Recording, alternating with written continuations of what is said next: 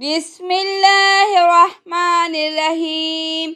اگر کوئی شخص یہ محسوس کرتا ہو کہ وہ بد نصیب ہے، اس کی قسمت پر تالی لگی ہوئی ہے، تو اسے چاہیے کہ وہ اس آیات مبارکہ کو 41 مرتبہ روزانہ پڑھے اور اس عمل کو 40 دن تک کرے۔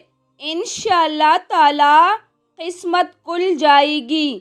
بسم اللہ الرحمن الرحیم۔ وَذَرْنِي وَالْمُكَذِّبِينَ أُولِي النَّعْمَةِ وَمَهِّلْهُمْ قَلِيلًا۔